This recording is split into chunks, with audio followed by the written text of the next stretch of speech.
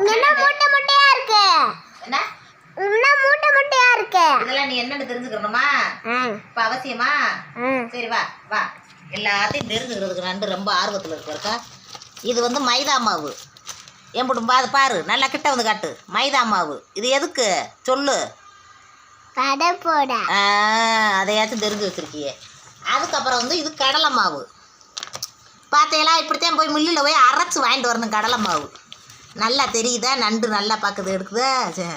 கடலை மாவு. அதுக்கப்புறம் வாங்க சாமி அங்கே என்னென்ன வாங்கிட்டு வந்துருக்காரு பார்ப்போம்.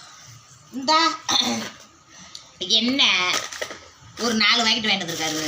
கடலைப்பருப்பு, பட்டாணி பருப்பு. என்ன சிவாப்பா பட்டாணி பருப்பு கம்மியாக இருக்குன்னு பட்டாணி பருப்பு சொல்லலை சிமாப்பா. நான் உளுந்து இது இருக்குண்டே, இந்த சுண்டல்லாம் அப்படியே 2 இது சுண்டல் இருக்குது. அதை விட்டுவிட்டு இது பண்ணுறீங்க.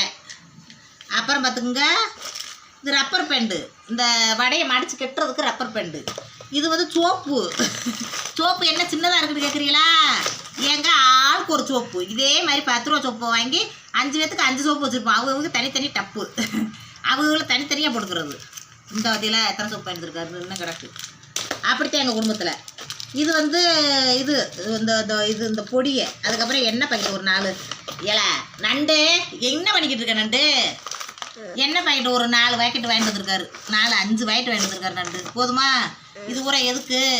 மூட்டை மூட்டையாக உங்கள் அப்பா என்ன பணத்தை கட்டியாக கொண்டு வந்திருக்காரு? அம்மா வேலை பார்க்குறதுக்கு. இது பூரா வேலையை பார்த்து சம்பா ரெடி பொண்டாட்டின்னு அப்படி சாமான் வாங்கிட்டு வந்து விட்டுருக்காரு. நண்டுக்கு மூட்டை கட்டி வச்சு இதெல்லாம் என்னது கேட்க வந்துச்சு. போய் வீட்டில் போய் உள்ளே போய் பாட்டு தோரி போன பாரு, நான் தோசையை ஊற்றுறேன். முடிஞ்சாட்டை விட்டு தாடி இப்படித்தான் ஓடிக்கிட்டு. லைக் பண்ணுங்கப்பா எல்லாரும். நண்டு கேட்டதுக்கு இது